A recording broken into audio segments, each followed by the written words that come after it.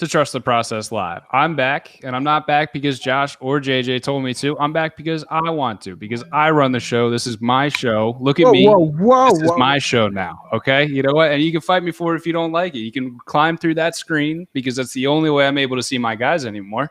You can climb through that screen, and you can try and take it from my cold, dead hands. But as always, I am your host. Well, not always, if you were watching last week, but I'm back as your host, James Hyden, with my guys, the YG Young Gentlemen. Actually, you know what? I'm not going to get to you yet. I know how you're doing, but I don't think everybody in the world knows how you're doing. So let me go to my guy, Josh Safran Doc Locke. How are you, sir? Ooh, I'm doing fantastic today, Banners. The day after the Super Bowl, which should be a holiday, went on to Temple's campus today. It's been a long time since I've done that. I just feel a little bit better. I feel more upbeat today. Love it. I love it. And you know what, JJ? I'm saving the best for last. So as you should. What I'm going to do is I'm going to introduce our very special guest today. And he's not only special because he agreed to come on. He's very special because today is a very special day to him. Skyler, would you like to tell everybody who you are and what's so special about today? Hey, everyone. Skyler Trepel. So happy to be on this show today and be invited on. Today is my 28th birthday. What better way to celebrate than with everyone here? And couldn't think of a better way to do it. Also, I know we might be getting into this, but I had a little Super Bowl prediction before the season started. So I'm riding pretty high today on that. What a day to be here, and happy to be with everyone. So we do have that clip of you correctly. We check tape. We check tape here, and we do have that prediction on tape here. Now, I got to ask you a question. Did you put any money on this insanely correct prediction? It wouldn't have come true. It's karma. I wrote an article predicting that the Lakers would win the championship 14 months before they did. And if I bet on it, if I start betting, I'm gonna stop losing these predictions. I know that's how these things work. So everyone else can listen to my advice and bet. I'm not doing it myself. I write for Fan-Sided Lake Show Life. I'm co-host of the Shooting Bricks podcast, host of the Mamba Moments podcast, currently doing my USC sports journalism degree. Forgot to kind of introduce myself, but no bets. So everyone else can listen to what I say, because I predicted the Lakers too, if you want to, but very exciting stuff. Yeah, Skyler, so what I'm going to be doing is I'm going to be placing every bet that Skyler puts out there. And what we're going to do is we're going to split the profit, Skyler. How does that sound? Is it all right? That works for me. Absolutely. Sold right there. And now the man of the past couple hours, the man who's riding higher than anybody has ever ridden before, the young gentleman himself. We call him YG. We call him JJ. We call him Blue. We call him many things. But James Jackson, my guy, how are you, bro?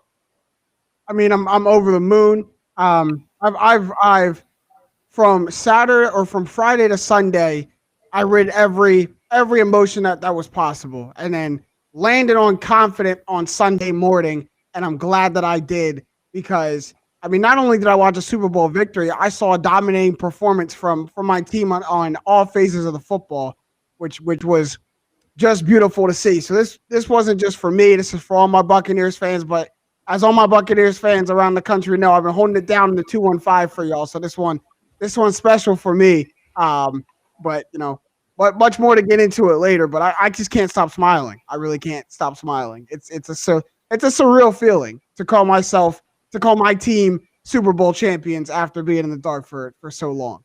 I can only imagine. Hopefully one day I summit that peak. But for now we're still climbing. If you would have told me in 2011, 2012, if this moment was going to happen, I would have called you a damn liar. Like, you got to believe, man. It'll come. It'll happen. Well, for now, I have resigned myself to misery and despair. But you know what? Maybe someday we can climb out of that hole. But that's enough for introductions. We're going to jump right into our main event. And gentlemen, we're going to start off a little bit of NBA, because I don't want to jump the gun here. There's a lot to talk about with the Super Bowl, but we got to spread the love around a little bit. That being said, we're going to start with the NBA, and I'm going to ask you about this past game between our Sixers and the Brooklyn Nets. All right.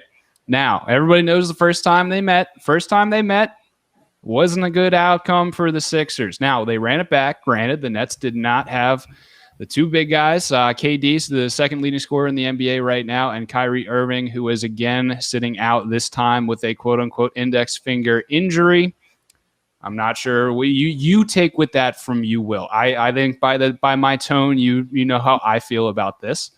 So my question to you guys, and I'm going to come to you, Josh, first. You got to pick one. All right, you got to pick one. The Nets are in trouble, or they're just waiting for KD and Kyrie to come back. Like, is this a switch that is going to be flipped when they have that 3 on the court? Well, in regards to that Sixers-Nets game, first and foremost, I don't want to take any credit away from the Sixers. Even without KD and Kyrie, the amount of times I've seen James Harden be a one-man show and dominate the Sixers, get out of there with a W, I still give credit to the Sixers for that win. But all that being said, I really do feel like if KD and Kyrie were playing, the Nets just take care of business. Because, the Sixers, I believe, was 124 they put up. If KD and Kyrie are playing, I feel very comfortable that the Nets would put up over 124 in that game.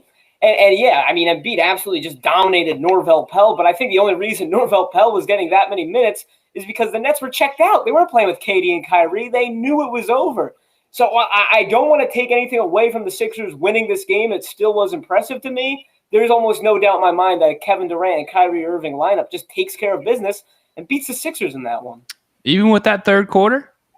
Hey, look, that's the thing. Embiid is so good, but they're just going to keep scoring. I want to sit here and be positive and be like, oh, who cares that KD and Kyrie didn't play? But come on, it's Kevin Durant and Kyrie Irving. Like, even with that third quarter, no, I just think the Nets keep putting up points with those guys. Skyler, is Josh crazy or is he onto something? He's onto something. If you want to hear how crazy I'm going with my predictions, because I'm riding high here, I actually think in no order the next 2 finals and results. I think this year it's actually going to be the Lakers and the Nets, and then it's going to be the Lakers and the Sixers with the Lakers 3-peat. That's all. Let me get a pen, Skyler. Let me get a pen. Okay. Take it down. But then, look, here's the thing with the Brooklyn Nets. They are the greatest collection of talent since LeBron James' Miami Big Three. Say what you want about their defense, but a team like this is going to come together in the playoffs. They'll get the vets they need. They'll get the defense they need. They have the coaching. They have 3 of the greatest superstars in the NBA. Bring at me any logic you want. It's just going to work. And I think they'll lose in the NBA Finals to the Lakers and get no further than NBA Finals losses. I do love the Sixers. I love Joel Embiid. What a player. And I really think that they can do some damage. I think they'll get some finals appearances. And I've always thought if they can keep this core growing, get the right pieces in place, you've got the talent with Embiid, you got the talent with Simmons, even though, come on, get the offensive production up a little bit. And outside of that, you got some really good pieces on the 76ers that could definitely lead to a title for them with Daryl Morey there to shake things up too. Wow, so Bron's going back to back. I think so. And then I think Anthony Davis will take over in the 3rd year, and he'll I think Anthony Davis should be Defensive Player of the Year this year. And really, he has more potential than almost any player I've seen. He's like an athletic Tim Duncan combined with the skill sets of Kobe Bryant. And I want to say Allen Iverson. He doesn't have those kind of handles, but just like if Allen Iverson was 6'11" and had to deal with that size. I was about to say now. You don't use the answer's name lightly now. Yeah. Use the answer's name lightly now. AD is talented, though. AD is talented, and I think he can do some. I think his potential is unlimited, and he can become the best player in the league. It's just got to happen at some point. So we'll see. JJ, weigh in here, man. Both of them are finding, a level-headed, medium ground in this question. I think that's fair. Josh, I think you're right before you start looking at the Nets side of things to give the Sixers their credit in winning this game. I was very critical of the last time they played the Nets without KD and Kyrie and lost.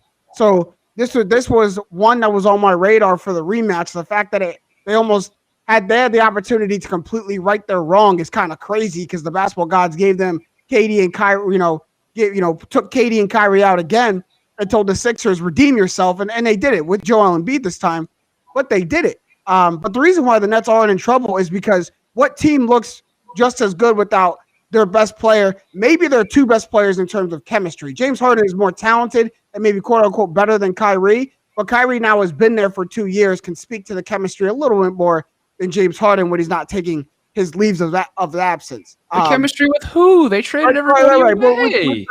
But at least Kyrie has been there. At least Kyrie is at this point more a part of the Brooklyn Nets than James Harden has been for. He's been quote unquote in Brooklyn. I don't know if he's been with the Nets. My point. But what team looks as good without two of their three best players? I'll say. Look at the Sixers without their best player. They're an absolutely. We're jumping for joy when they beat Indiana without their best player. Like no team is the same. So the Brooklyn Nets are in trouble. And coming into that game, coming in to when KD and Kyrie were out, I believe Brooklyn was winners of 8 of their last 10 or something like that.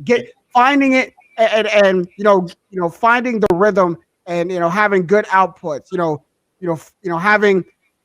Finding the effort on defense. Skyler, you spoke to it, that the defense will come together. It was starting to. They're at least showing the effort on the defensive end that a lot of people were seeing them lack. So, it's I'm not going to judge a team without their two best players and one who's being dragged all over the place by the NBA because of COVID tracing. Like, I'm not going to. Oh, my God. The Nets are still the Nets. The Nets are still going to score when necessary. And I think they'll hunker down on defense when they have to. And with their scoring output, they should be able to run with any team in the league. I'm not sure where I sit on this one. I think and I feel like I'm kind of ashamed because I'm copping out on so many of these, like, what do you take from this game? And I feel like I'm copping out by saying I don't know if I take too much because how much can you take from a game where Ben Simmons and Joel Embiid both play over 32 minutes in almost a 20-point blowout of a team who's missing 2 of the best stars in the game? You know what I mean? So, like, I would be more inclined to say that the Nets were in trouble if Joel Embiid only played 24, 25 minutes because they were sitting them. But at the other end, it's a 20-point blowout where Ben Simmons handled James Harden for most of the game, and the third quarter is historically where the Sixers have struggled. But now this year, it seems they've flipped a switch and had an absolutely dominant third quarter. So I don't. Do you guys fault me for saying I don't know what to take? Not at all. No, you're seeing it from all angles. I completely understand, and I think you're hesitant to go one way or the other because you can't fully judge this game if 2 of the top stars are out of it. Like, does that make me a bad sports show host?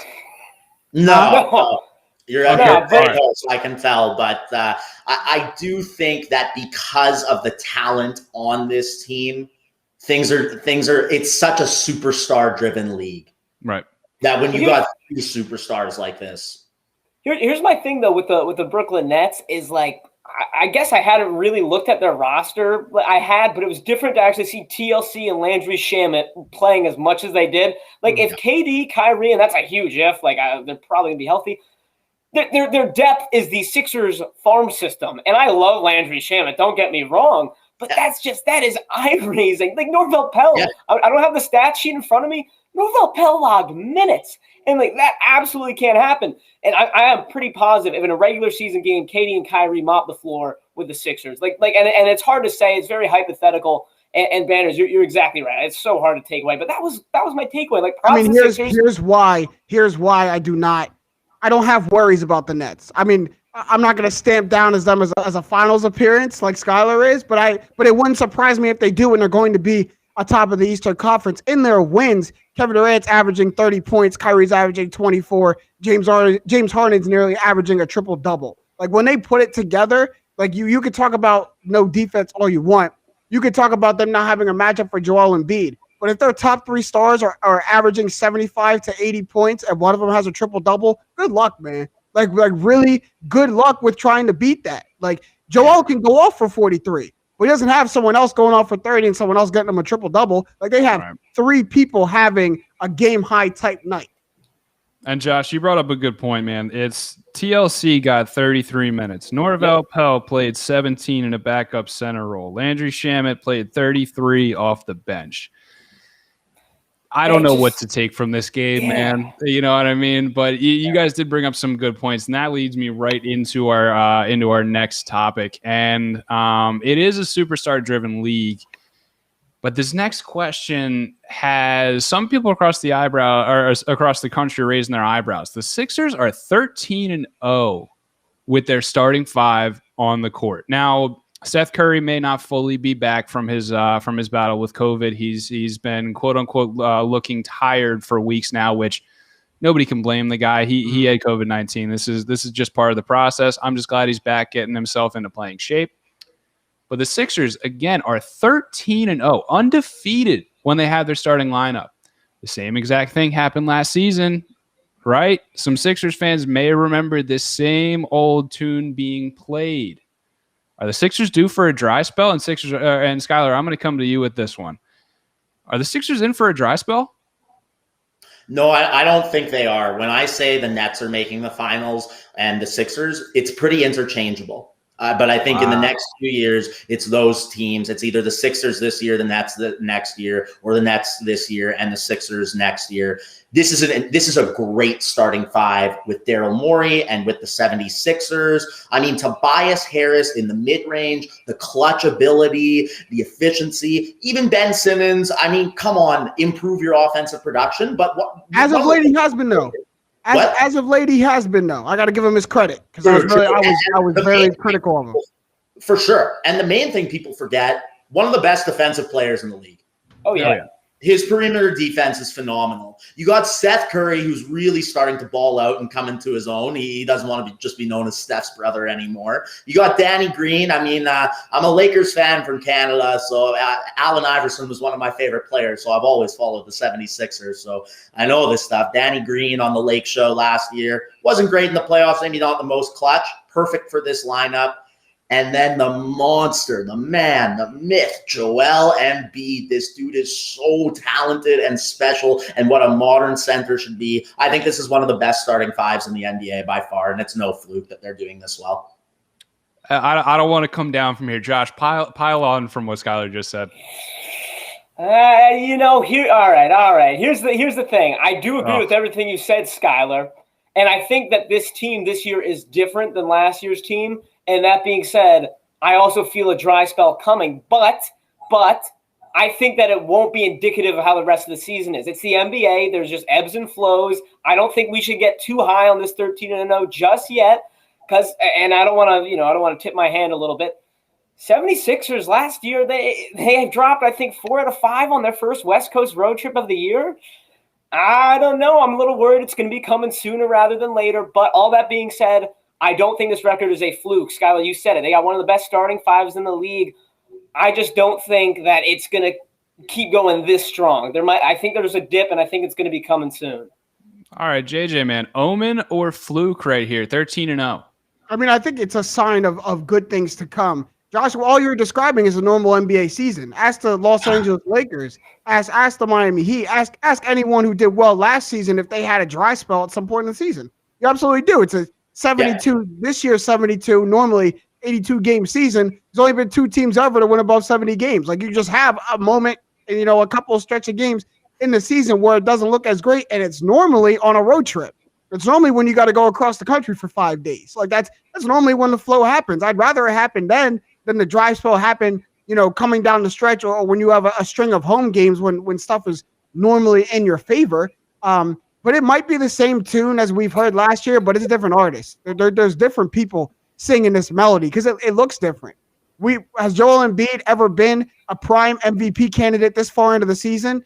Hasn't happened. Have we had a guy who's shooting the best, not a good three-point shooter, but three-point percentage-wise, the best three-point shooter in the league right now, which is Seth Curry? Sixers haven't had that. And when you look at the starting fives of old, it featured somebody like a J.J. Redick. It featured somebody, like maybe a Shake Milton, where there was weaknesses to exploit in the starting five, especially on the defensive end. I don't find that this year. I find it sewed up in so many different angles, and then the leap of Tobias Harris makes it so much different, where the last time I saw Tobias Harris be a go-to player in clutch situations, he was wearing, red and blue for the LA team, not for the Philadelphia team.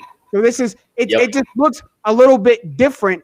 I know it's the same sign, it's the same pattern, but you got to look at who's at the forefront of it this time. And even within the team, the coaching, the front office, it's different.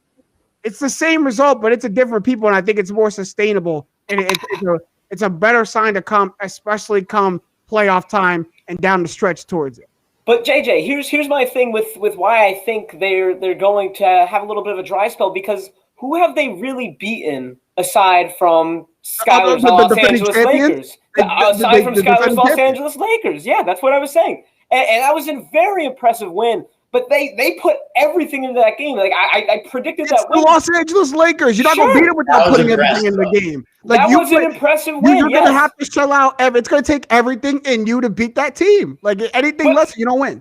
And they showed their greatness that night. Yep. Both teams came to play. And I think the thing is, of course, they're not going to win every single game with this lineup. Not going to happen. But my main point with how it is different this year, what this Sixers team reminds me a little bit of is how the Toronto Raptors made their climb to being champions. Ooh. They're always good. This is going to be the year. This is going to be the year. And then it all finally came together. Mm-hmm. And I think that's where this Sixers team is heading. But we're starting to see that really dominant Eastern Conference Finals appearance at least this year. And I think that, yes, the starting five will lose a couple games, but I think this starting five is legit. I think Daryl Morey was the right shakeup, and things are starting to come together.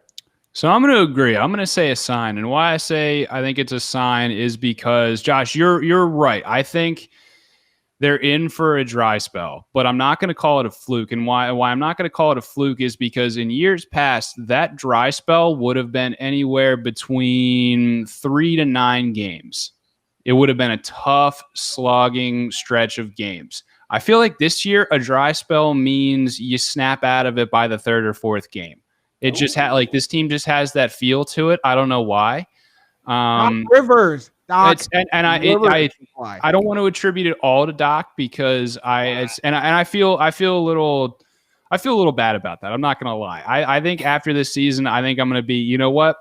Glenn's my guy. It was all due to Glenn. Yeah, but again, the Sixers team is they're above 500 on the road. They're 6-5, which perennially is not the case. They got the win over the Toronto Raptors off their back, which is been a struggle in the recent years. Toronto, no matter who's on that team, usually gives them trouble. Yeah. Like you guys already said, that impressive win over the LA Lakers, and then that comeback win when they were down 20 points to the Indiana Pacers without Joel Embiid. This is a different team. And you know what? I just talked myself into it. JJ, you're right. This is all Glenn. It's belief. It's all Glenn. There's something about this team that I'm not going to call it a fluke. Josh, I'm going to take part of your stance, though. I think they're in for a dry spell, but I don't think you're exactly right. That's not indicative of how the rest of the season is going to go. It's ebbs and flows. They're going to snap out of it quickly. Dry spells happen. Exactly. They just are what they are. So that's a perfect segue. They're 6-5 on the road, and they've got a tough stretch of West Coast games coming up. They take a 17-7 record, good for 3rd best in the association, 1st in the East. They take that across the country to face the Kings, the Blazers, the Suns, and the surprisingly amazing this season Utah Jazz. All right, that's a 4-game stretch on the West Coast. Give me your expectations, JJ. Tell me how they're going to come away from this 4-game road trip. So it's a daunting one for sure. I mean, Josh, you're absolutely right to almost cringe at it a little bit or be very cautious of it, because you're going into teams, not only a West Coast road trip, but 3 of those teams are playing very well right now. The Blazers, the Suns, and the Jazz. The Kings, I'm gonna expect for the Sixers to take care of the Kings. That's going to be a nice little rookie matchup. The Tyrese's going head to head on each other. Halliburton's balling. Halliburton is balling. But I mean, if the Sixers are who they think they are, that's a road win. Did you just quote Denny Green to me? I did. Dennis Green. I love it. Gotta love it. But no, seriously, that's a win that they have to come away from. But then you look at these other 3 games, and here's the worry. Something the Sixers have been a little bit better with this year, again, on the theme of what they've been a little bit better in this year, but historically bad in, scoring guards. Those other 3 teams got scoring guards. Damian Lillard, Devin Booker, Donovan Mitchell. Put in Chris Paul in there if you want to, because he's averaging about 17 points this year, having a good scoring year. That's where it's going to have to look a little bit different. That's where we're going to have to come away. And all of those teams, that's the best part of their team. That's the focal point of their scoring is going to come from their guards. And I think that's going to be another big test. Let's see if they've improved in this area too, to see if the Sixers can really hold them on this West Coast road trip. But I wouldn't be surprised if it's a split. Like let's not overlook the tough task. My board just fell. Let's not overlook the tough task of having to fly all the way out west to play really good playoff teams. Like that's daunting. That's, there's a reason why it's a tough road test, why it's always explained that way. So I wouldn't be surprised if they split, but I don't think that's an indication of anything if they do. You got to go out there and be able to take some lumps and come back home without being dejected. All right, Skyler, what do we have to look forward to record-wise to this road trip? You know what? I'm going with JJ. I'm absolutely feeling a split on this. I think it's good teams. You're going to be on the road for 4 games on the West Coast. They should take care of business against the Sacramento Kings. Yes, I like the Tyrese matchup of Halliburton and Maxey there. That'll be fun. And then Portland Trailblazers. They really come to play against great teams, and I see them giving the Sixers a little bit of trouble with Dame and CJ cooking. Melo can still go off for those nice 20-point games, and when the Sixers come to play, he's going to want to have one of those games. He was a big AI fan and rocked the cornrows for him back in the day. Phoenix Suns, I also think those scoring guards could give the Sixers a little bit of trouble just towards the end of a road trip where you're not playing for the playoffs, and you got the Utah Jazz coming up next. And then I think the Utah Jazz, they're going to be motivated. They're going to come back to play. They're going to know they're playing a team who's really showing out right now and proving they can be dangerous, and they'll take care of the business and quiet all the doubts from that's a statement game for both the Sixers and the Jazz, because I'm a beast of the East, I'm the best of the West, and it's I got to prove that I'm not. Both of these teams have to prove that this isn't just a flash in the pan, and that's another opportunity to do so. Exactly, and I think the Sixers will do that. I think they'll make the statement the same way, because I saw what they did against the Lakers, and I think they'll come to play against the Jazz. So I'm calling a split here, just because it's a tough road trip. Nothing against the Sixers, it happens. All right, Josh, what do you say? Man, I am filled with 2 parts dread, 1 part excitement when I look at this road trip. And I thought you guys were going to be real gung-ho on the Sixers taking care of business this road trip. I'm going with a split. I'm going maybe even 1-3 here, because I think you two might be sleeping on the Kings a little bit. The Kings right now, they're as hot as they come, and they got one of those vibes where it's like they just feel like they could beat anyone. Like, why not us? Just beat the Clippers yesterday. They want to keep it rolling. The Trailblazers, I feel like every single Sixers Trailblazers matchup is just this weird basketball vortex, and like Furkan hit the shot last time. This time around, Carmelo Anthony looked like he was 25. The Suns, JJ, I don't need to tell you about the Suns, the Jazz. You guys just talk about the Jazz, but I truly feel like this 4-game, we keep using the word measuring stick. And other than that Lakers game, which I have some questions about that too, Sixers have not had a real measuring stick. They haven't played the Bucks once. They played the Nets shorthanded every time. They play the Heat with COVID. And of course, look, COVID could happen and the Kings could play with De'Aaron Fox. Who even knows anymore? But for argument's sake, I don't know. I don't want to be too negative tonight. I feel like I've been so negative. You are you're a classic Negadelphian. Classic. You guys are just scarred. I talk about it all the time. I'm certainly a classic Negadelphian, but I truly mean it when I feel like I think they could go 1-3. But I think it's important that we don't look at this road trip for the rest of the season and I don't think we should put a lot of weight into this road trip, is what I'm saying. I think you're wild. I think you're wild for talking about how hot the Kings have been when the Sixers sit literally at the top of the conference.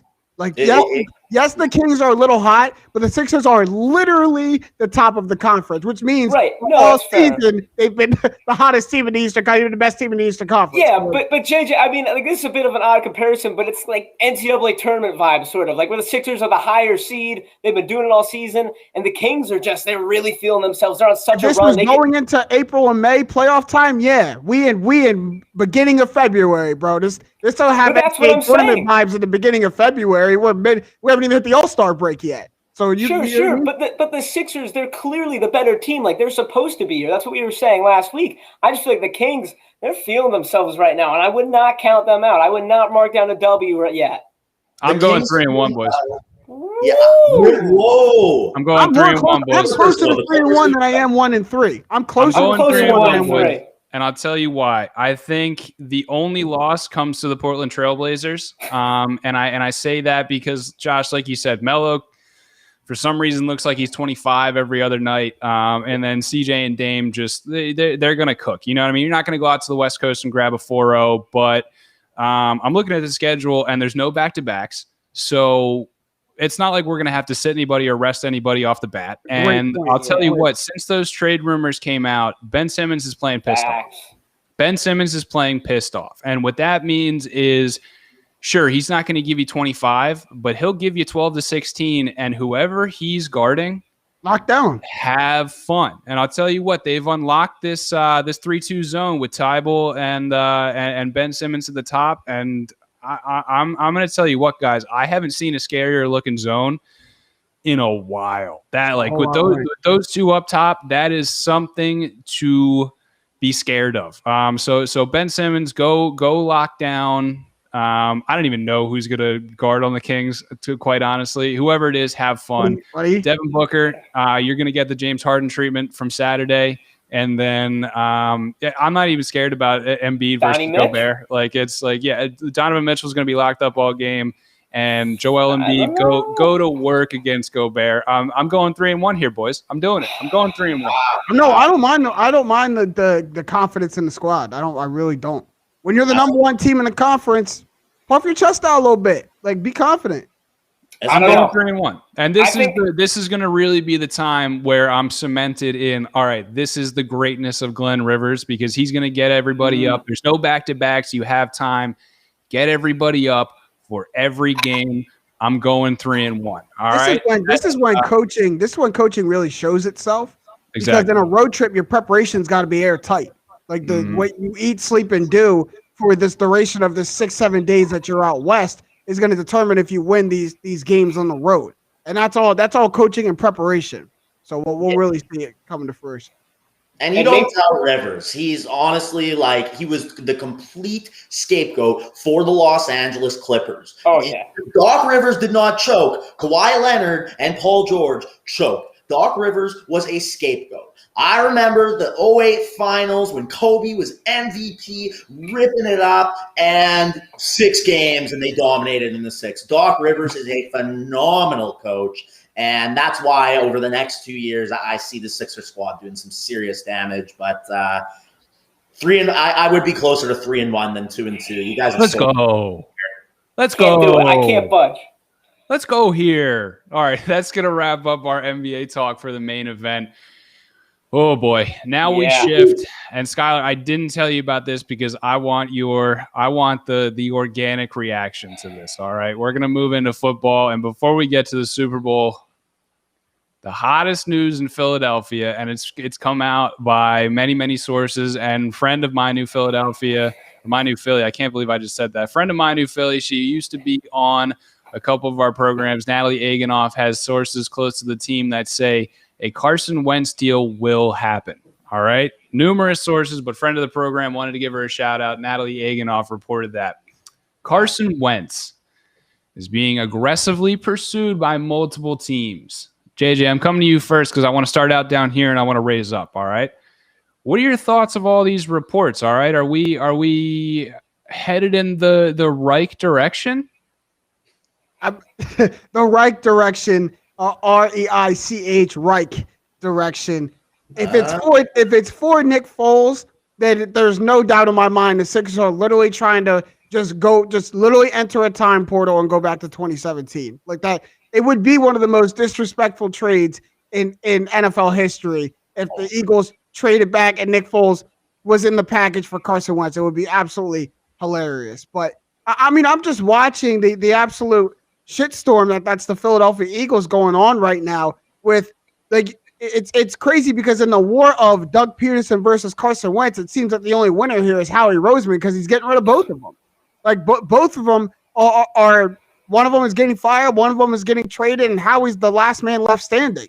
And I'm was so curious about the Nick Sirianni hire after his botched press conference. I'm shaking my head even more at the hire because to justify the hire, or one of the reasons was because he comes from the Frank Reich coaching tree, comes out a recommendation from him, and him and his staff are focused on getting Carson Wentz back to MVP form. That's what I was told. That's what was fed to me about why Nick Sirianni and this staff is coming in. So 2 weeks after that, now Carson Wentz is being shopped.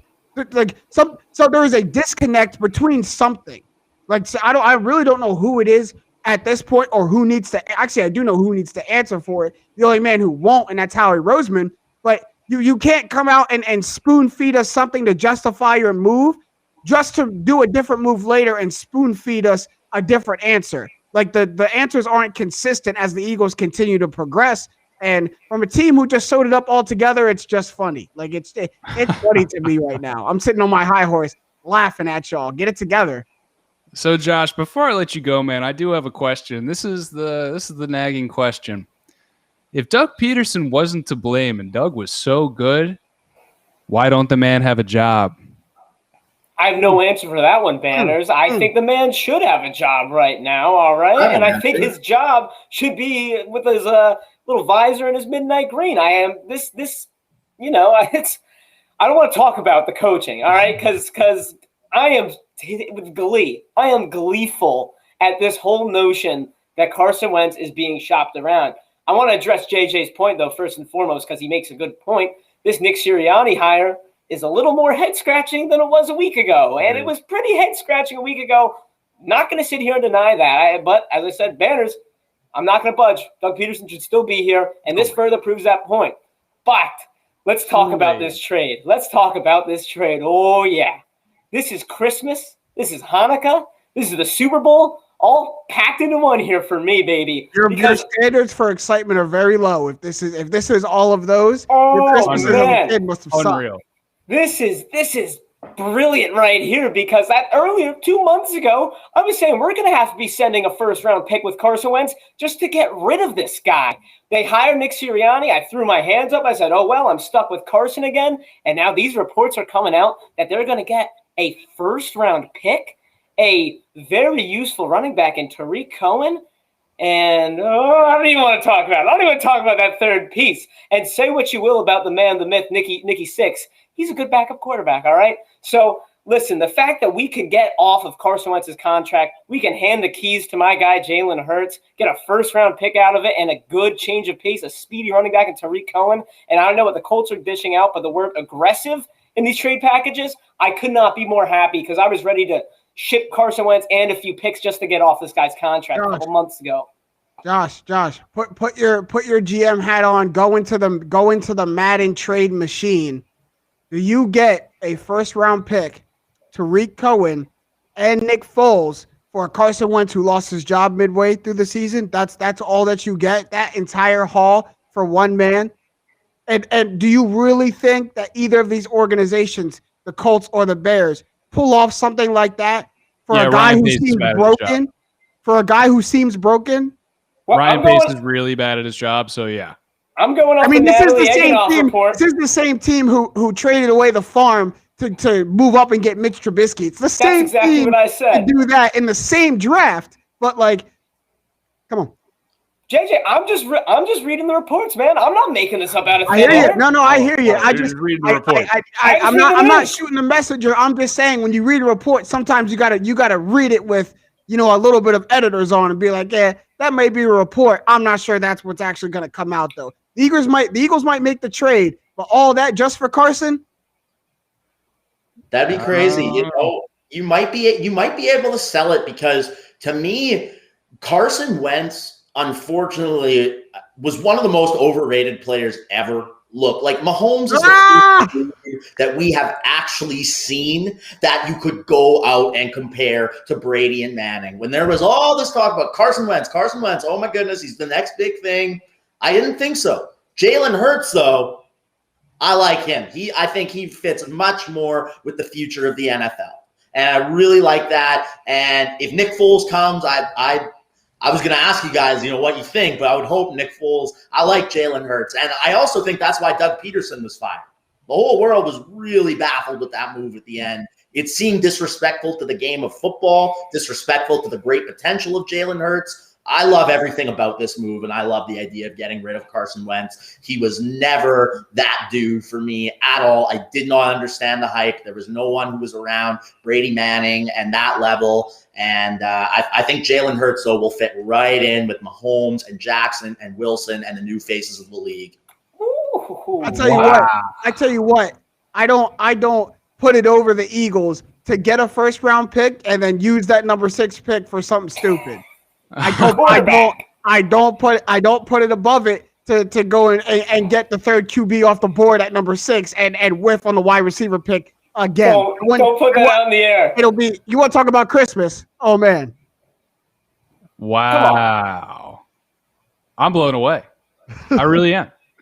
And Skyler, you brought up the point about bringing Nick Foles back.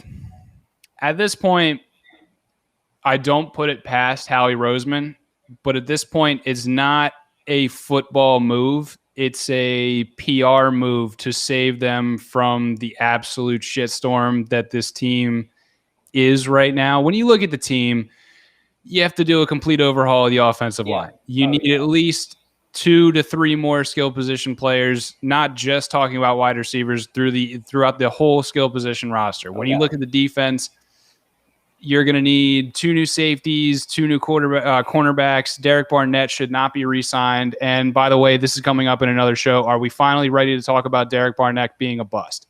You need 2 new linebackers. I've been ready since they took him in the first round. Max has not been able to, but you're going to need 2 new linebackers. And the thing is, I think I named almost around 15 positions right there. If you talk to Howie Roseman, he'd probably tell you we only need to address 4 or 5. Mm-hmm. So it's not a football move. It's a PR move. So Skyler, that's my reaction to the whole bringing Nick Foles back here. It's to get half of the city back and saying, oh my God, we got our guy back, our savior, our statue man. That's all it is. That's all it is. I mean, look at the graphic. Everyone, all our viewers right now, look at the graphic and look at Nick Sirianni down there in the bottom right corner. Look at him. That's the leader of your football team, Philadelphia. That guy right there. Oh, Sirianni. Yeah, exactly. He fits right in South Philly. You know, he's the Nick Sirianni. Nick Salami. Yep. Exactly. So now we talked a little bit about our Philadelphia Eagles, but now we're going to shift over to the big game, the biggest game. Like Josh said earlier, it should be a holiday. It's weird though. It felt like the biggest happening yesterday was the halftime show. Oh. Right? Like it's like I don't know why the halftime show got more press than the actual game. Defenses, so Mahomes didn't throw a touchdown. That's exactly. Right. But we're not here to talk about the halftime show. We're here to talk about the actual game. Okay. I feel like a lot of people love the halftime show. Well, I didn't like it. It didn't do much to me. Yeah, I didn't do anything. For the first time, I was so locked into the actual game that 2 minutes into the halftime show, I was like, I just need the game to come back on. Like I was so anxious during the entire halftime. Like I had bigger fish to fry. I have no memory of Justin Timberlake performing. I didn't know it even happened until I saw the clips the next day. So, I'm literally hearing that for the first time right now. I'm talking about crazy. the Eagles Super Bowl. I'm saying, JJ, I feel you. Yeah. Right. I feel you, JJ.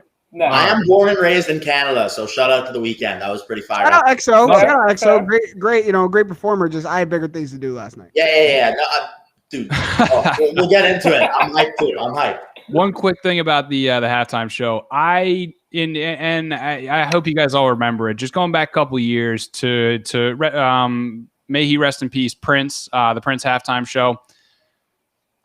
He did such a disservice to every other performer on the planet because I hold everything to the bar of Prince. You know what I mean? So if it doesn't meet that standard, it's just not good to me. That's all. Minnesota. All right, Mr. Minnesota. That's you can't. No. Don't do that. You can't tell me that performance wasn't incredible. No. Prince is Prince. Prince. That was amazing, and also got to shout out the Janet Jackson, Justin Timberlake Nipplegate. Like, who could ever forget that? Exactly. Josh might have been too young, but I've heard all the stories. That's all we'll say about the halftime show. We're gonna jump right into our little winners and losers from Super Bowl 55. Now, JJ, I'm going to come to you last all the time here because I want you to build up the excitement. Josh, I'm going to come to you first, man. The biggest winner from the Super Bowl, obviously not the Bucs or Tom Brady. I want you to think outside the box here. Biggest winner? No, I got it wrong. Temple University, baby. Temple University was the biggest winner from yesterday's Super Bowl. And, it's of course, we had to specify not Tom Brady, obviously the biggest winner. I was going to say JJ, but I'm afraid he's going to say himself. So that's why I'm going with Temple University, Bruce Arians, Todd Bowles. They're the biggest two. Temple alums right there to get their ring. I don't have the list in front of me. There are 4 or 5 maybe other Temple grads, Temple players who were on the coaching staff of the Bucs. So, hey, big brains over here apparently. I love it. Skyler, biggest winner from the Super Bowl 55. Obviously not the Buccaneers or Tom Brady. The biggest winner outside of that box, even though it relates to this, are all the people who have always been saying, oh, no, it was Belichick. Those yards were Belichick. It was Belichick. It was all – no, it's over. Game, set, and match. Tom Brady is the greatest franchise in NFL history. He has more Super Bowls than every franchise ever, and there was no Belichick at all. It is over. The discussion is over. So the winners are people like me who've said, oh yeah, Brady's great. He's the greatest, but without Belichick, like it's all he's behind that team. No. So anyone who's had to listen to that BS for way too long won yesterday. Love that. JJ, my man. I feel like you might be the biggest winner, but tell us who you think. First I want to say is world champions, baby. World champions. Thank you. Woo! Anyway, I already said me once, 2 weeks ago, heading into championship weekend, that I was the biggest winner. So that's a given. Obviously, I'm the biggest winner. But the biggest winner of the Super Bowl that's relevant is Todd Bowles. There's absolutely no ifs, ands, or buts about it. He is the biggest winner. It comes off of the back of yet another coaching vacancy cycle where he was overlooked, which is just a crying shame for the look of the league. Even when his own head coach in the middle of a championship run says, yes, Todd Bowles deserves to be a head coach and let his defensive coordinator go on interviews as they're trying to prepare for a Super Bowl. That's how valuable Bruce Arians knows that Todd Bowles is. That's how much he knows Todd Bowles deserves a head coaching job. But not only in the Super Bowl did he take out a top-tier offense, he took out 3 of the top offenses in the league back-to-back games to win a Super Bowl. And he got to put on display guys who have been overlooked for too long, a la a Levante David, a la a Devin White, a la in the league. of Vita Vea. And he got to put them in positions that they would absolutely shine, and they did that. Levante David shadowed Travis Kelce on underneath routes all game and didn't get one pass interference, didn't get beat over the top one time, and had several key pass breakups to win. Devin White played like a man possessed. Sean Murphy-Bunting was out there making plays. Antoine Winfield Jr. was out there making plays. And Todd Bowles really simplified a scheme, simplified a game plan, and allowed his players to execute it to perfection. And his genius was just on display.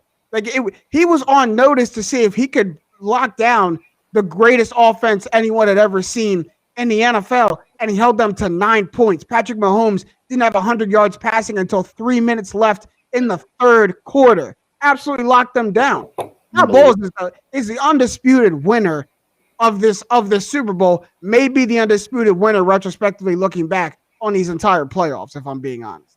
I love it. So my biggest winner is going to be opportunity in pro sports. So to start off, Sarah Thomas made history in becoming the first female to officiate a Super Bowl. And on top of that, Bruce Arians, hats off to him, not just for what he did in the head coaching role of the Tampa Bay Buccaneers, but for what he showed the rest of the league and the world is possible for having all of his coordinators be black, having 2 or 3 females on his coaching staff.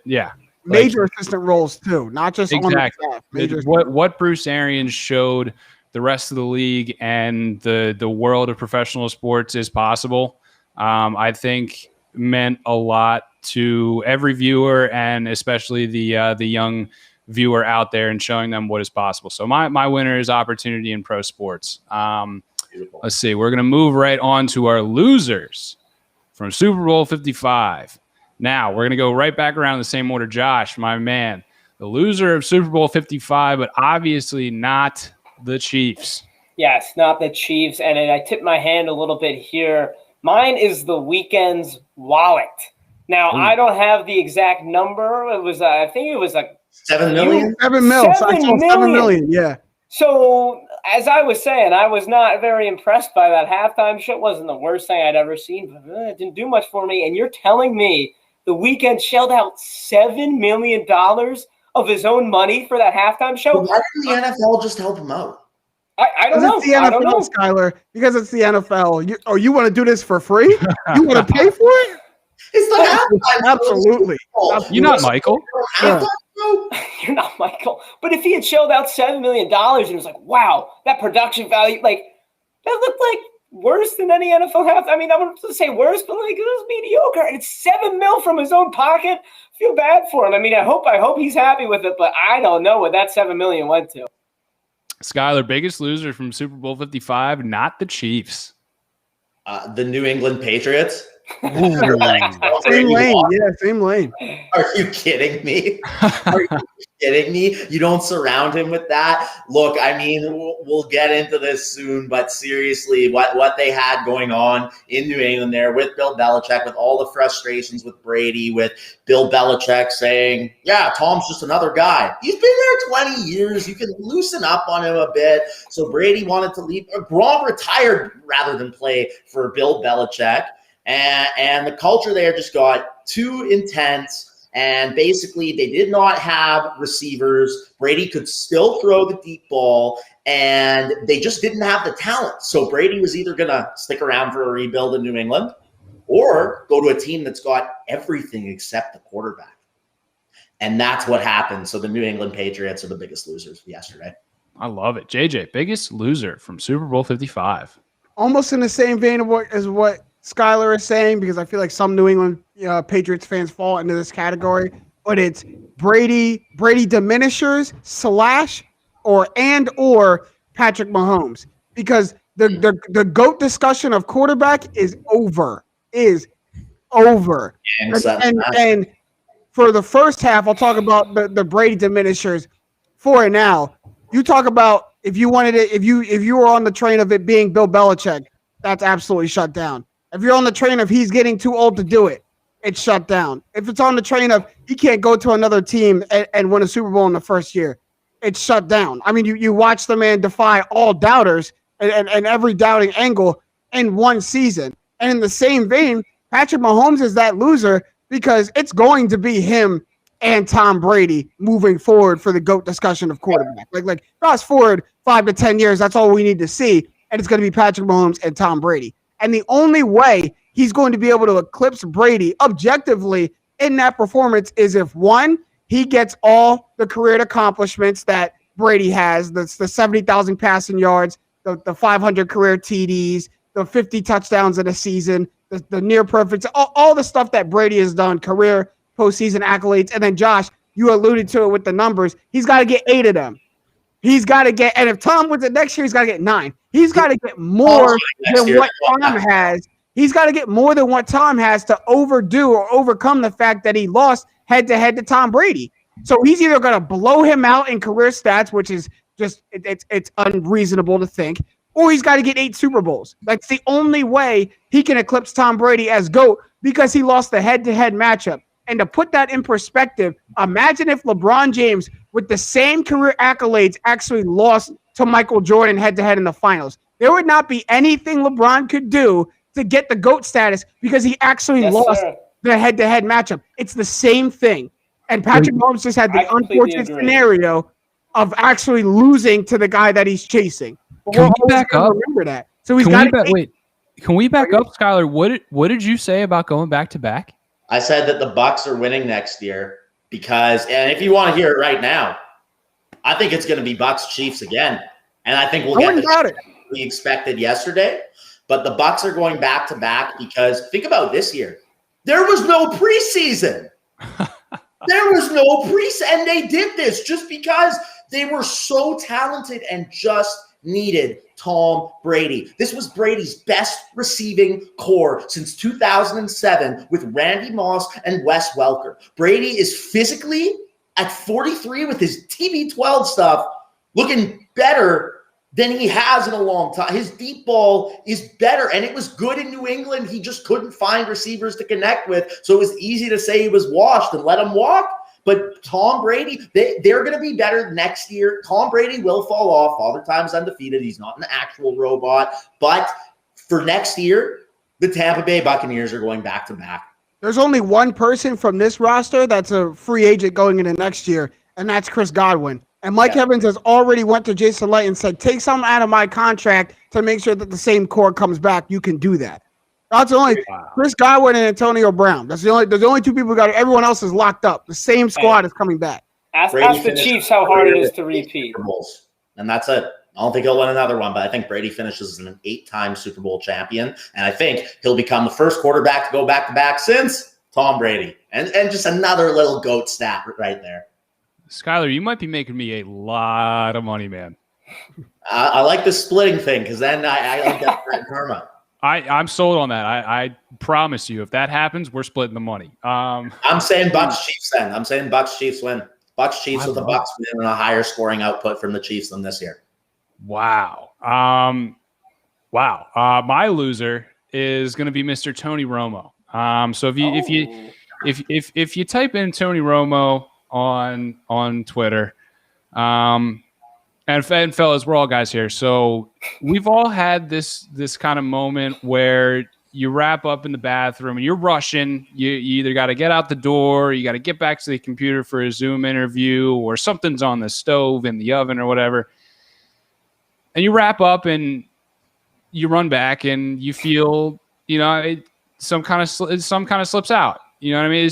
It happens from time to time. It happens to you know what I mean? So but if you look at Tony Romo, if you search Tony Romo on Twitter, my man that made the mistake of not wearing dark pants yesterday.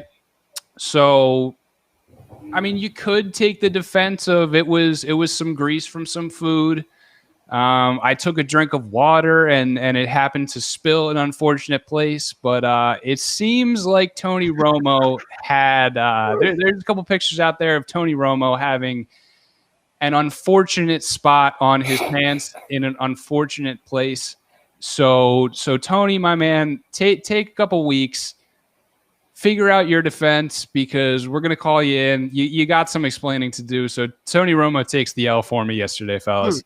That's tough. No explaining to do. Tony, keep going. It happens. He had too many Coronas. But that's going to be my loser from Super Bowl 55. We're going to move right into rapid fire, and we're going to try and keep it rapid. There's no promises made. You can't hold me to that. We're going to stick with the Super Bowl for our first rapid fire. Now, and Josh, I love how you put this, my brother. Does Patrick Mahomes deserve some blame for yesterday? And I'm going to phrase it to you like this, Skyler. Is the onus on Mahomes? Ooh, I didn't know how that was going to play out. I saw it in the script. I didn't know how it was going to sound, and I like it. Come on, you got me. I'm a professional. You did it well. That's good. And the onus is on the Mahomes toe injury. They pressured him 29 times and broke the pressure record because they were attacking that toe injury. I'm not strictly letting him off the hook for that. Thank you. No, we're going to have words.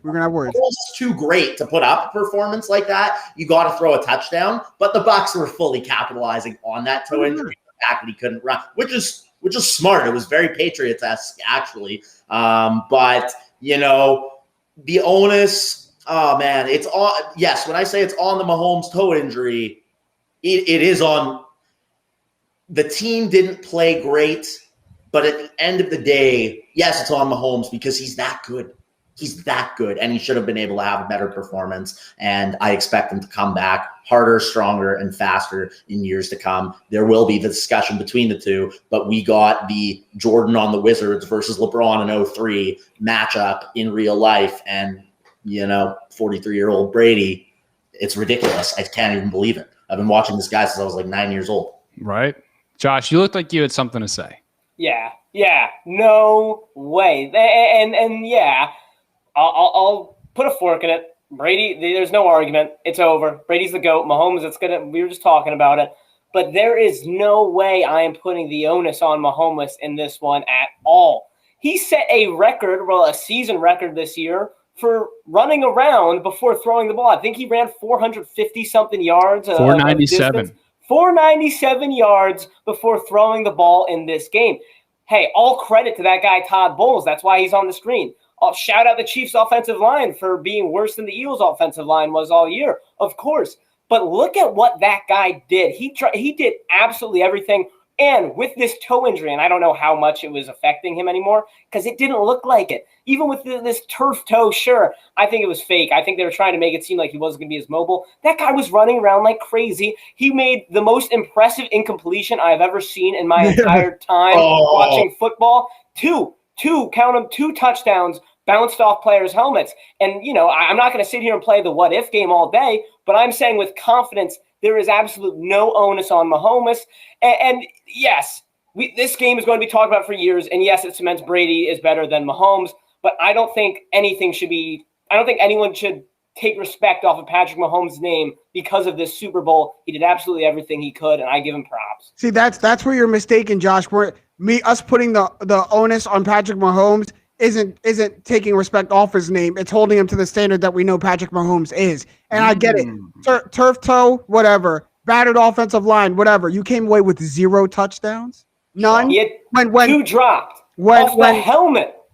So go get 2 more opportunities then. I heard you. Yeah, you got 2 drops. You got 2 drops. But there were so many times where, he had opportunity to move the ball down the field and got shut down, got stymied by a Buccaneers defense that was playing absolutely out of their mind. But Patrick Mahomes drops back to throw 49 times, comes away with under 400 yards, no touchdowns, and 2 interceptions, and you're telling me he deserves 0 blame? I get there was a lot going on that was out of his control. But to tell me that there is absolutely no responsibility on Patrick Mahomes for the performance that he played is crazy, because this was the GOAT, right? Coming in, this was the most talented quarterback that anyone had ever seen. We're already putting him above Aaron Rodgers and Drew Brees and quarterbacks that are inside the top 10 of all time. He's already above them. Oh, but now it's not his fault when he comes away with 9 points in the most hyped Super Bowl of all time. You got to be able to wear it. The most important position in sports is the quarterback. So when he doesn't perform well, you got to be able to put some responsibility on him, especially if you're already writing his ticket to Canton at 25. Which I still am. I still am too. Which is why I can put some responsibility. Oh, if this was an average quarterback, this is Taylor Heineke, and he does that, man. You can't expect Taylor Heineke to do much more. Put some respect on that man's name. I'm just putting. He's an example, but a Taylor Heineke level. If Taylor Heineke has turf toe and 1 offensive lineman at the start of the season, and he comes up with 275, no touchdowns and 2 interceptions, you go, hey, not much more that man could do. There's much more that Patrick Mahomes could do. I'm not going to go on, but it's just he was scratching and clawing. He was looking for any opening he could. Hey, all credit to the Buccaneers, JJ. I'm not blaming Mahomes. So before I say mine, I want to preface it by saying I don't think it would have changed. I don't think where my blame goes would have changed the outcome, because let's be honest. Yeah. Like when the Buccaneers took the field yesterday, it felt different. Mm-hmm. They were more confident from the get-go. They were the better team all day long, and I don't think anything could have changed that mindset, mainly because you look at what Tom Brady did to the rest of the team. Like when you were watching the presentation ceremony afterwards and him and Levante David embrace, he doesn't just make the people on offense better. He makes the entire team better. And I'm not talking about just like going from a 6 to a 7 in like Madden ratings or whatever. He turns the whole team up to a 10. It's crazy. I've never seen anything like it. And Tom Brady is the GOAT of team sports. There is nobody better in the history of team sports ever. And there won't be. But that being said, I think this wasn't the same Chiefs team. And I think that's where my blame goes to Andy Reid's son, Britt Reid. The team looked different. Andy Reid looked different on the sideline. Travis Kelce, listen to the man speak. Listen to Travis Kelce speak on a regular day. When you saw him hang his head on a drop in the first quarter of that game, that's different. That whole team, that whole coaching staff, it was different. And I'm not saying it's not rightfully so. Britt Reid smashed his car into a family's car 70 miles per hour on the side of a road and put a young child, two of them, damn near hanging on for her life. That would change anybody's outlook on the next couple of days. That's where my blame's going. But again, I said I don't believe that would have changed the outcome because the Tampa Bay Buccaneers believed they were the better team yesterday, and they were. I think the belief goes into the preparation. Like we know, like when it's up close and personal, when Tom Brady is literally the one calling you at 5 a.m. to come in and do a sort of film study that you've never seen before, you're sitting in that organization, you're sitting in that complex going, I know there's no other team preparing like us. Like I just absolutely know no one else is going through the day-to-day that we're going through because no one else has Tom Brady. Like I just know that just brings a level of confidence that like I know we're doing the extra stuff that you're not doing. And imagine what that did for the rookies like Antoine Winfield Jr., like Tyler Johnson. For you in your first year in the NFL to win an NFC championship game, be celebrating the locker room and have a 43-year-old man who is the best player to ever play professional sports look at you, turn off the music, and go, we're not done. Yeah, we're not done yet. Like, do you imagine what can that do? Which is why I give Skyler's prediction so much credo, is because those are 22-year-old men that now have an expectation of greatness. Yep. It is what it is. So that's where my onus is going. All right, we're going to stick in football here. And Josh, I saw that basketball one, and I want to save that for last. All right? Fair play. We're going to stick in football here. Oh, boy. And I'm going to come to you first, Josh, because I hate you for this question. Is Nick Foles' name really being in trade rumors another reach for 2017, or is this filling a necessary gap? I can't even ask it seriously. Well, I can answer it seriously. That's for damn sure. And I get it. Trust me, I get it. Nick Foles, in regards to a Philadelphia, is not a normal NFL football player. He's not a normal NFL quarterback. But please, just look at this with me from an objective glass. And JJ, I know I don't have to tell you this, but as if you're a fellow Eagles fan, try not looking at this with Super Bowl 52 colored glasses here. Here's my bottom line with this. Nick Foles might be the best backup quarterback of all time, give or take Steve Young, if he even counts. So, listen, yes, I'm sure there is a 2017 grab, and there's no denying that, but I like it. I really like the move, genuinely. Yes, I do, because here's the deal. You could have Nate Sudfeld backing up Jalen Hurts, or you can have the greatest backup quarterback of all time backing up Jalen Hurts. JJ, I get it. Trust me, I get it. But here's the bottom line. He fits a hole. And yes, Banners, there are many other holes that need to be filled before the quarterback. But why not? He's a great backup quarterback. Because this is the first one. Because it's this is the first. It's the first. Besides coaching, it's the first offseason move the Eagles are about to make, and it's to go get a backup quarterback that was just a backup quarterback this past season. Remind me how Nick Foles did when he filled in for Mitch Trubisky this season. Remind me how good he was when he came in.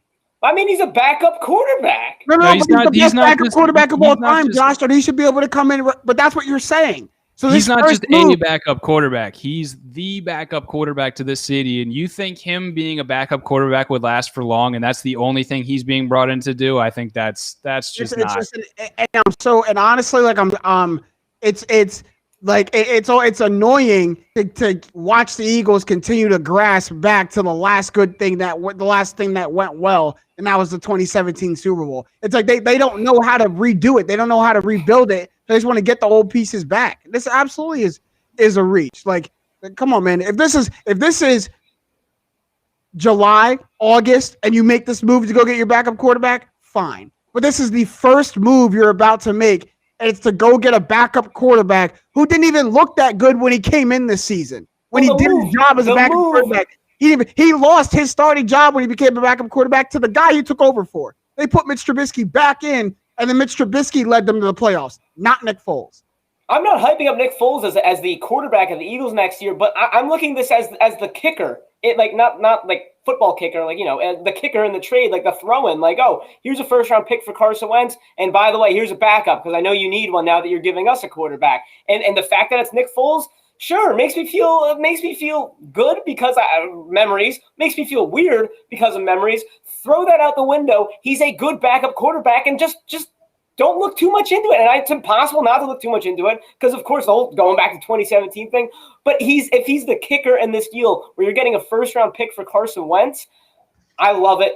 Gives me a good backup quarterback, and I can't wait to go crazy when he takes the field, honestly. Try something else. How about this? Try something else. How about try a new quarterback? A new. But you're acting like they're seeking out Nick Foles. You're acting like for all you know, they might be. But Skyler, man, it's only on a Philadelphia show would you be asked 2 questions about Nick Foles, man. So to talk to me a little bit about this. Is this crazy or is this necessary? It's so crazy it just might work. Wow. Is what I would say. You know, I kind of like the whole nostalgia thing. He also is a veteran quarterback who could just help. Like, how do you think Aaron Rodgers ended up coming so good at the start? Please know I'm not comparing Nick Foles to Brett Favre here. But all I'm saying is Nick Foles has been around the block. He did have that 7-touchdown game as well. I think it can't, pardon the pun, I think it can't hurt to have him behind Jalen Hurts. You know, like, for reals, I don't know. I like it personally. I don't think it's the world's greatest move. I think it's so crazy it just might work. Wow. Okay. Hey, you know what? I'm going to throw a prop bet down on it. I'm going to do it. It might work. Oh boy. So I guess the coming days will show. There's some steam picking up that it might even happen as soon as this week. So I guess the only thing that we can do now is just see what the trade package is and give our responses to that. But there's going to be no shortage of, as we've seen, there's going to be no shortage of craziness in this offseason's quarterback carousel. Now, our last rapid fire question. We're heading back to the NBA because there's just so many good storylines to talk about in the NBA right now. There's so many contenders that are right there. They just need one move. They need one little tweak, one player, one tweak to the rotation to move into the top spot. All right. So I'm going to give you some names of teams, and I want you to tell me what one piece is missing. What do you think? What would you do if you were in charge of these teams? All right, so we're going to start off. You know what? We're going to save the best for last. So we're going to start off with the Nets. All right, Skyler, what are you doing? What's the one thing that the Nets need to catapult them to supplant the Sixers at the top of the East? The man on the left, Andre Drummond, right there. They need some defense. They need a center. Wow. Simple. They need that defensive veteran, and then they're unstoppable almost. Mm-hmm. Interesting, JJ. Finals and then choke. But I think this is the obvious answer for the Brooklyn Nets: a rim running, rim protecting big, a guy who doesn't need the ball in his hands to be effective. And Andre Drummond, what Clint Capella was for the Rockets when they were good, what Jared Allen was for them before they sent him off. Like they need Jared Allen back, which the Cleveland Cavaliers have. The 2 big men that they need, and Jared Allen and Andre Drummond. So I think Skyler hit it on the absolute head. You need a rim protecting big, especially because the Sixers and the Bucks are your biggest competition. And who they have? Oh, dominant bigs. Josh. Yep. Not too much to overthink here. Brooklyn Nets, Andre Drummond. And I think if they get Andre Drummond, you can pencil them in. NBA champs. Interesting. All right. I would go... Just to spice it up, I would go a defensive specialist wing, just because I'm not sure how many guys outside of Drummond you can really target for that run and post up big. I'm not really. It's the Cavs are in a weird spot. I'm not sure outside of Drummond how many guys you can target for that. So I mean, they have the scoring. They just can't guard anybody for their life. So a defensive specialist on the perimeter. That's what I would go. But we're gonna run it right back around. Skyler, coming to you. The Bucks. What's the one thing the Bucks need to do? The one thing that the Bucks actually need to do, if I'm the Bucks, I find any way I can to trade for Bradley Beal. Giannis needs a clutch shooter. He needs someone who can take over until he gets a jump. Once he gets a jump shot, he's unstoppable. But until then, the Bucks should be doing everything they can to get Bradley Beal over there. Interesting. JJ. A scoring guard. Like not an acting guard as Giannis does in the full court or even tries to do in the half court sometimes. Someone who could take, just like I talked about for Ben Simmons for the longest time for the Sixers, someone who can take that half court perimeter responsibility off of Giannis until he gets it. I do think it's on the way, but until he gets it. But if you're talking about right now, Brad Beal, or a Brad Beal prototype is perfect. A scoring guard is absolutely what they need. Josh. We're doing it again. And this is one that I haven't heard a ton of people talk about. But yeah, Bradley Beal, like the Bucks are kind of that team right now, I feel like. They're kind of like the little brother where it's like, oh, yeah, you guys are contenders right now. Sure. But if they were to get Bradley Beal on that team, that is scary. Yeah, I mean, I want to say somebody like Oladipo could fill somewhat of that role because the Rockets aren't completely sold on keeping him. I don't know if he could. He's definitely not as clutch a scorer as Bradley Beal, but I'm trying to figure out ways to not give up as much, not mortgage the team that they've built around Giannis, and still fill that role.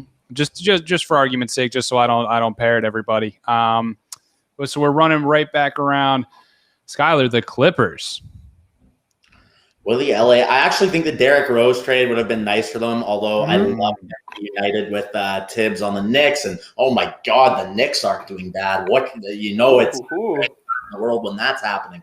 But anyways, as far as what the Clippers need, though, I do think they need just that veteran point guard who can play point guard, I would say, like a Derrick Rose.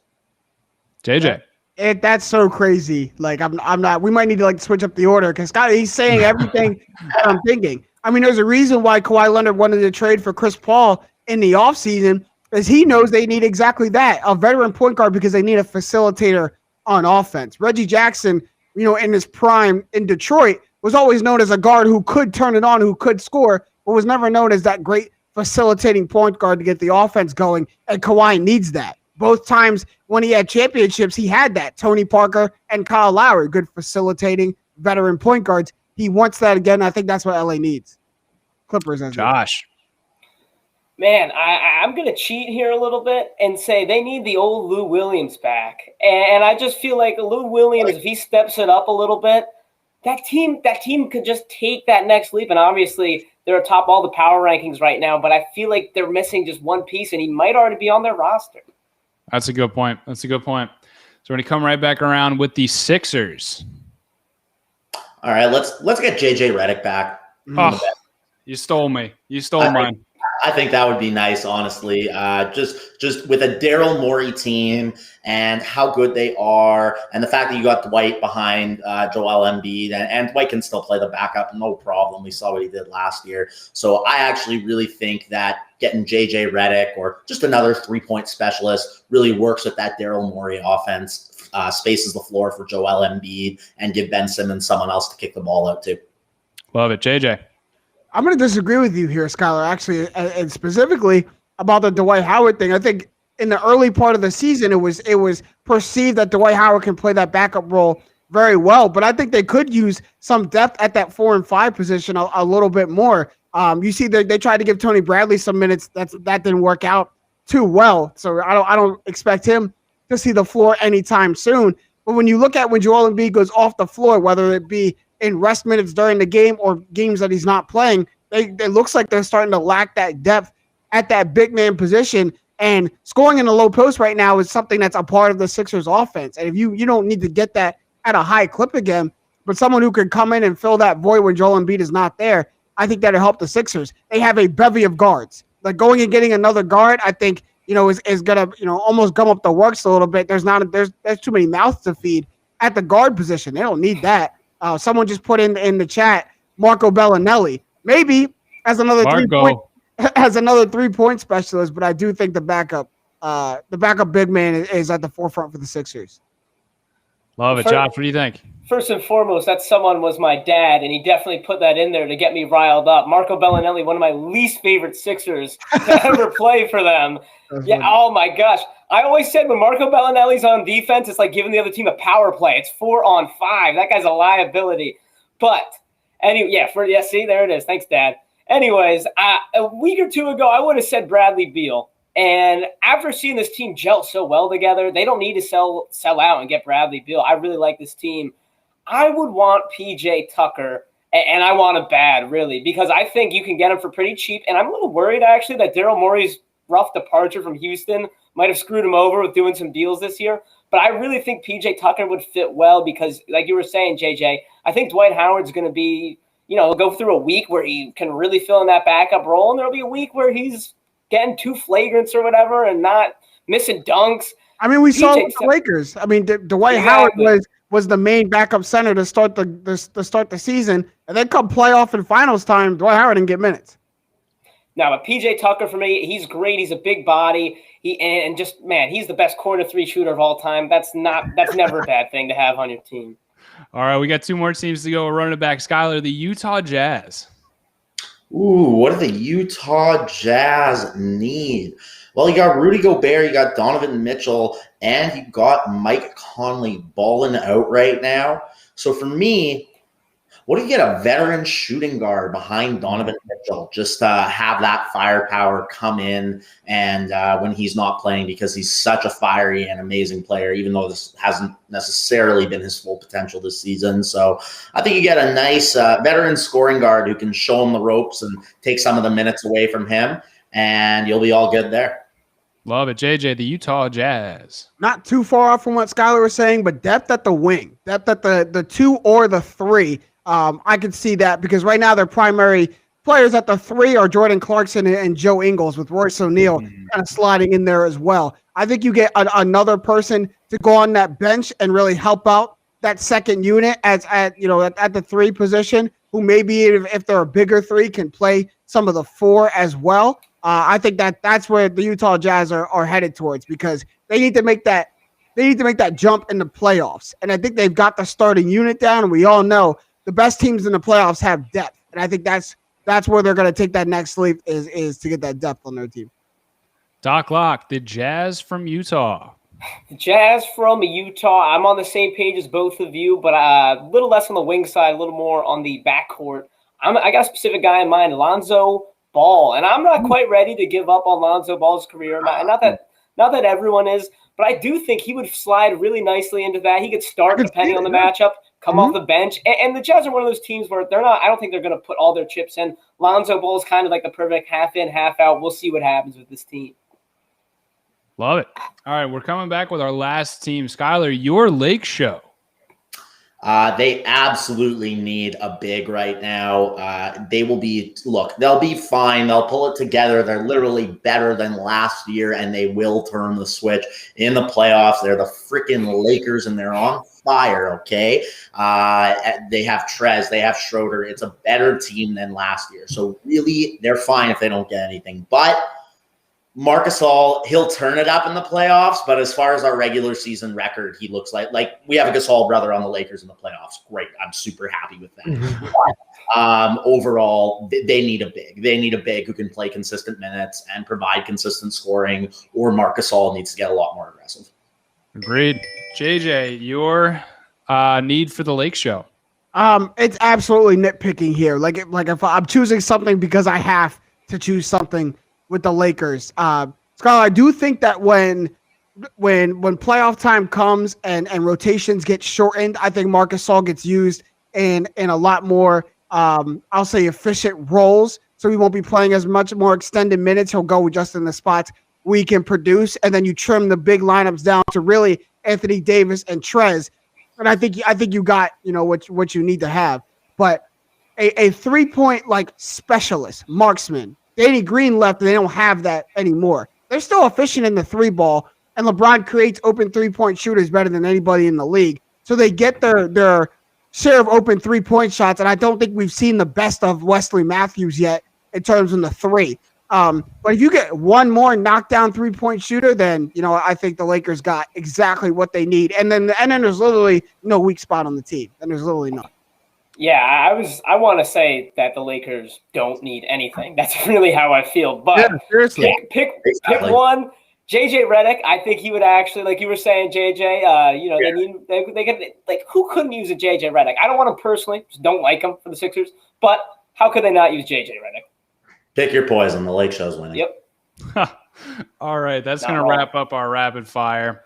So what we're going to do to wrap up the show is what we like to call tap outs. And I'll go first. And what I'm going to do for my tap out is I'm going to show you why exactly I'm willing to risk so much money on what comes out of our special guest, Skyler's mouth. All right, here's a clip of him correctly predicting the winner and matchup and winner of this year's Super Bowl. Skyler, when exactly did this take place? September 10th, 2020, before the season started. And I also predicted the Lakers 14 months before they won, before the pandemic, before Kobe, before everything. Wow. All right, here's the clip of Skyler correctly predicting this matchup and Super Bowl winner. This year, the Bucs versus the Chiefs in the Super Bowl, with the Bucs winning the Super Bowl in Brady's first year as a starter. Now, see, I got nothing for you. And Skyler, I'm going to keep in contact with you, man, because one, we want you back on the show, and two, love to. You and I are going to make a lot of money together. All right. Let's do it. Second part of my tap out is, again, wishing our special guest, Skyler, a very happy birthday, man. It was a pleasure to have you on. Would you like to tap us out? Sure. Yeah, absolutely. No, thank you guys so much. This is a blast. What a show. What a group. What discussion. All sports. Oh, man, it was a dream. I love it. Great way to spend the B-Day, to be invited on. Shout out to Zach James as well for inviting me on the show. Just a great dude. And, seriously, shout out to anyone who's had a quarantine birthday. I'm a big birthday guy, and it's tougher to make those ones special, but we will get back to having special birthdays, and getting to do this made my birthday much more special. So thank you, everyone, for tuning in. Happy birthday. Happy birthday. Hey, appreciate it. And Lakers are winning again. So okay. It's funny to go along with that, Skyler. I think at this point, we're a year later, I think everyone's had a quarantine birthday at this point. Yep. Crazy. Josh, JJ, tapping us out. I'll let JJ tap it out. Take a little victory lap if you so choose. I really don't have much to say. I talked about it a little earlier. Make Super Bowl Monday a thing. I mean, unless you're doing a sports show like we're doing, I have no problem coming onto this. This isn't work. But if you have like a desk job, schools, come on, you keep your kids up, have them watch the Super Bowl, enjoy yourself. Just let us have Super Bowl Monday. And on that note, it feels good. Things seem, I don't want to jinx anything. I hate to put it out in the air, but I like how are the tap outs. I'm talking about Super Bowl Monday. The world's starting to feel a little bit better. Positive vibes only, baby. Love it. JJ, wrap us up, man.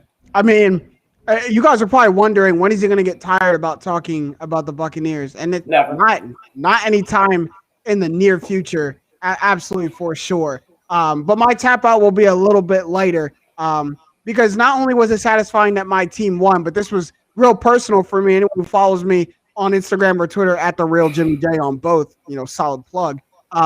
You saw that my mom is a Chiefs fan. So not only did we win the war of the NFL, I won the war of the household this weekend. And not too many times do you get to have bragging rights when it comes to your own mother. Like not too many times do you hold the absolute upper hand when it comes to your own mom. And for at least the next 364 odd days, I have that. Until someone dethrones us or until they beat us, I will always have that head-to-head matchup. And if you don't think I'm going to leverage that for all that it's worth, you just don't know me, because that's going to come up in everything. James, why is it, James, why did you do this? Oh, because we beat you in the Super Bowl in 2021. Like it's forever going to come out. So just sweet, as SpongeBob would say, sweet, sweet victory. Absolutely. I love it. Playing a dangerous game, YG.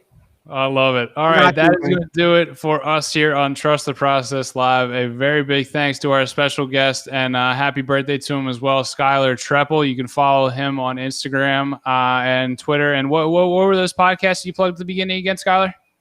Mamba Moments, where I interview people on the late great Kobe Bryant from Lower Merion High School in Philadelphia.